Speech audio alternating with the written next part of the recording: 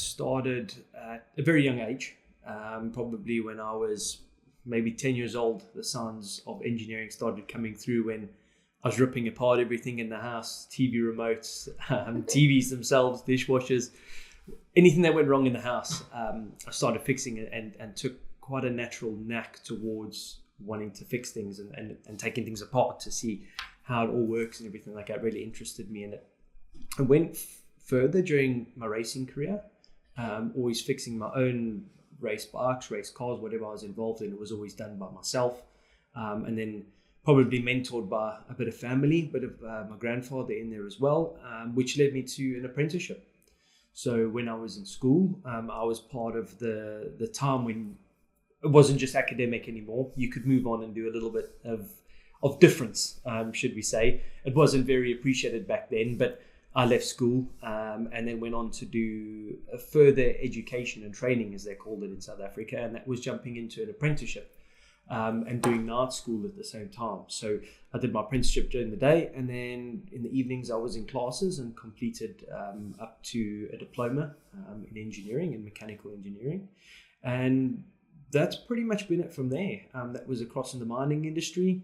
I stayed in the mining industry for a long time. So I just carried on working in that, and eventually got the opportunity to take it overseas. And I moved to the UK and started in the hydraulics field. From hydraulics, I went to superyacht hydraulics, and then from there, I managed to get back into engineering management and moved into electrical engineering from there.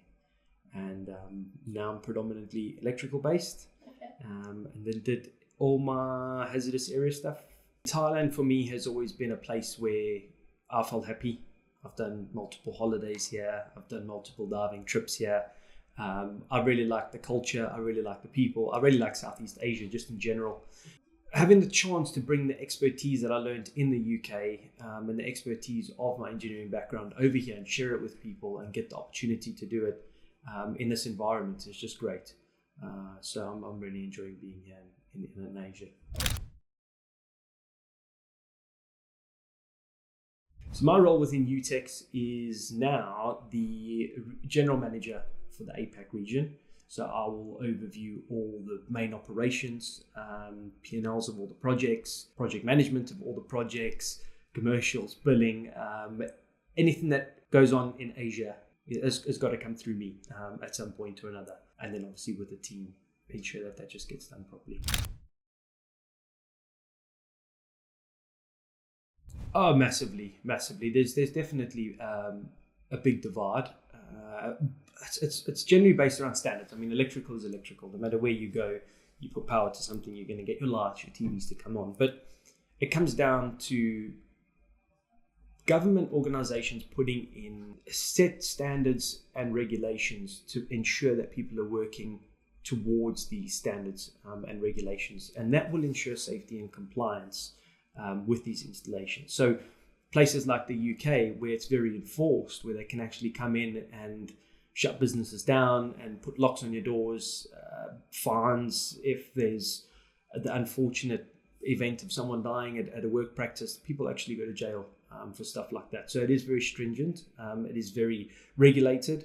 It's pushed from government bodies. It's pushed from insurance companies, where this side of the world has yet to catch up on that. Now that works in, people could see that as a favorable way, and then people can see that as an unfavorable way as well. So it's just, they're there to keep people safe. And as long as we keep safety as top priority over commercials or any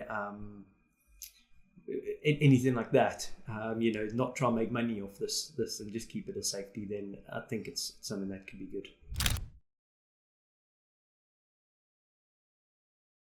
Yes and no. Look, a lot of people within the industry have been around for a lot longer than what I have, and they've got skill sets, and that's great. But I think it's the lack of enforced standards this side of the world, and a lack of knowledge, as you're pointing to. Yes, there is definitely a need for it. There's certain practices that have been done by people, and it's commercially, it's the norm.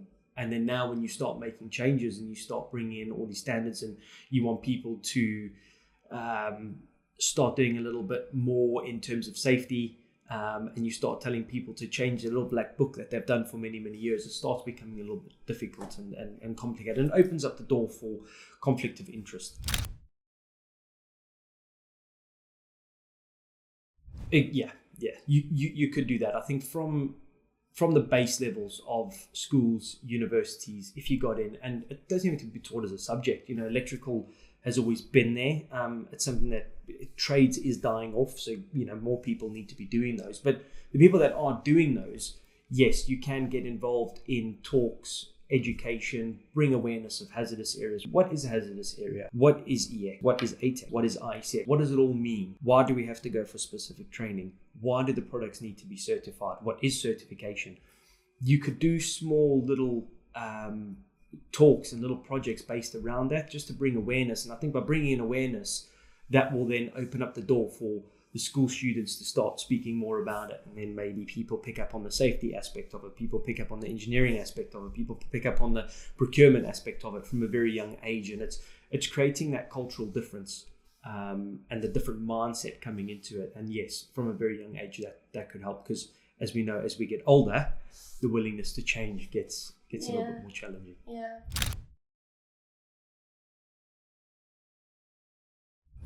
Look, oil and gas industry is the slow moving industry, probably maybe even the slowest moving industry to adapt to digital or to AR products. So I think from an AR point of view, it's a bit of a distant time away for AR to get involved and help. From a digital point of view, there's definitely time now for the industry to start moving in more of a digital bias way. So previously, it's all been done by analog. Now, that's again probably just a cultural, the way we've been taught. So with analog to digital, there's a couple of performance benefits there. So the biggest performance benefit that you're going to see is safety, because straight away with the digital system, it's going to involve compliance. Okay, so the digital system does a lot of stuff automatically that manual systems won't do.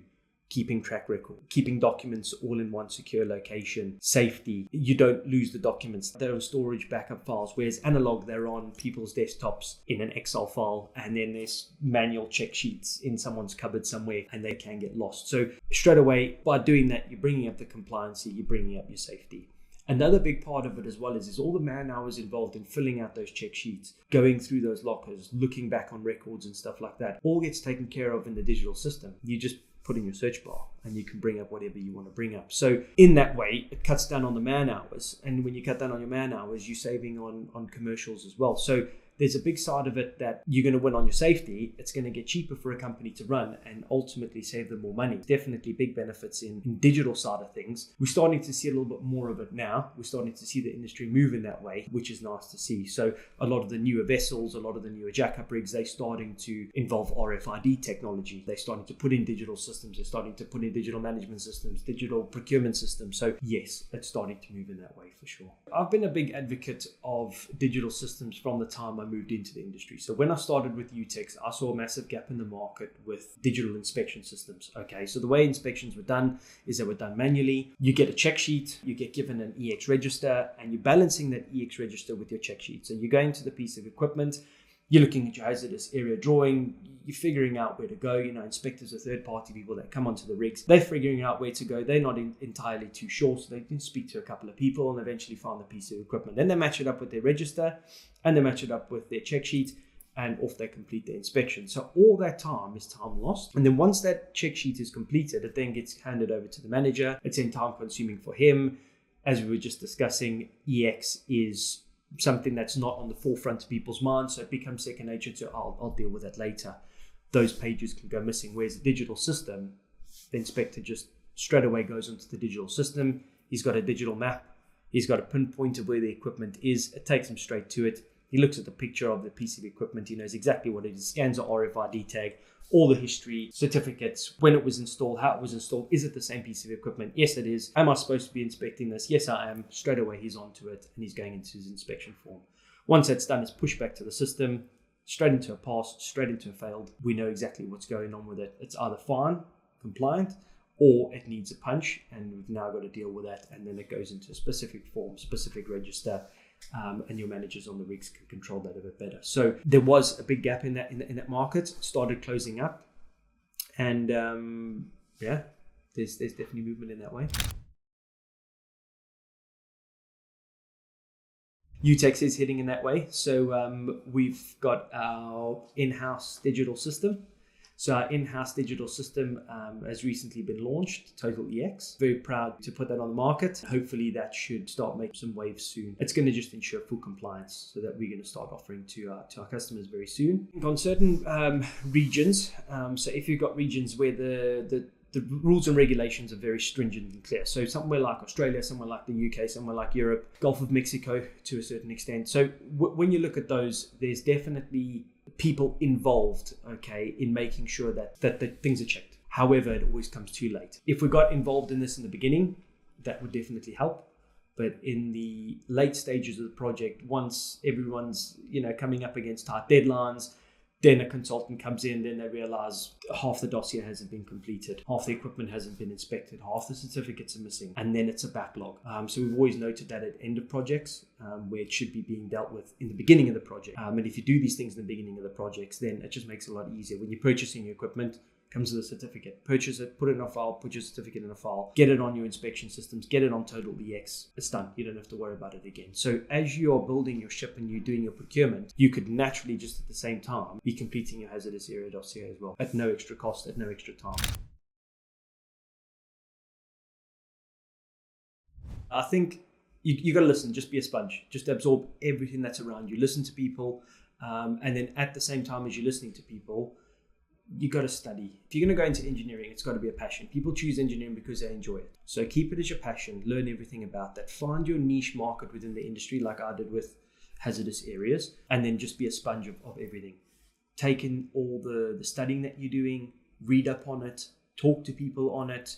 There's loads of online at the moment. I mean, you've got YouTube, LinkedIn, podcasts like we're doing now. There is so much material for people wanting to get into the industry, learn your industries, and just growing your knowledge. And then as you get more field experience from other engineers, absorb what they're saying, understand what they're saying, and then create your own path with that. So not everyone's opinion's right. My opinion's not right. Your opinion's not right. It's just a difference of opinion. Learn those differences of opinions and then forge your own path. Going forward is what I'd say. Within engineering, I mean, there's always been a thing, electrical, mechanical, who's better, who's worse, plumbers, boilermakers. It doesn't matter what you're doing.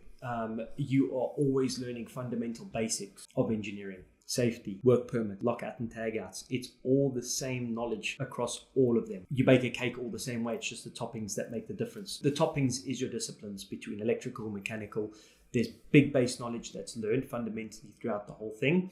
And then you just top up on your knowledge wherever you want to go. Yes, you can go down rabbit holes and yes, you can argue at certain points in certain industries like electrical. The knowledge is maybe a little bit more in depth because it covers a bigger variety over plumbing or something like that. But yes, they all revolve very much around the core base of all the same understanding.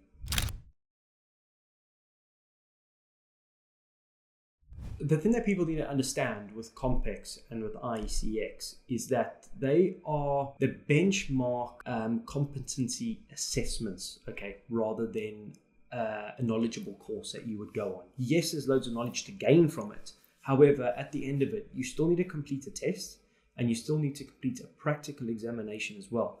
And they're quite in-depth practical assessments. They are highly specialized practical assessments as well. And when you look at it, there's a lot of base knowledge that you should have before attending that. And there's a lot of base knowledge that you need that's not going to be taught in that course to ensure that you can complete that. I think basic electrical is where people should focus. And then when they're ready, get into that specialized training, get into Compex, get into IECX, and complete those training courses when they feel ready. But they do need to go into it understanding prerequisites, and then understanding that they need to know all the standards and regulations behind it as well. So Eutex will attend all the oil and gas events. So we've got SPE that happens once a month. We've got various speakers that come to that and do talks on individual topics within the industry and how they are through drilling, through wellhead controls, through people management, whatever it may be, are trying to adapt and grow the industry. So it's good to go and get that knowledge. You've then got multiple oil and gas shows and commercial events and expos that go on, which we attend and complete all of those as well. And then online seminars, podcasts, stuff like that, just to create that awareness. And then we'll use that as well to further enhance our awareness and ability within the industry. Interesting question. I think the biggest thing that's impacting the oil and gas within the region is probably going to be down to budgets, the amount that people are willing to spend to get the oil or gas out of the ground. I think that's a big challenge. And then also that's driven by, price per dollars a barrel. Safety is also another big one that needs to be focused on. And then obviously avoiding any types of natural disasters or anything like that, because when that happens, then oil and gas is not the friendliest and greenest thing on the planet. So we all need to do our best to try and ensure that it is as green and efficient as possible.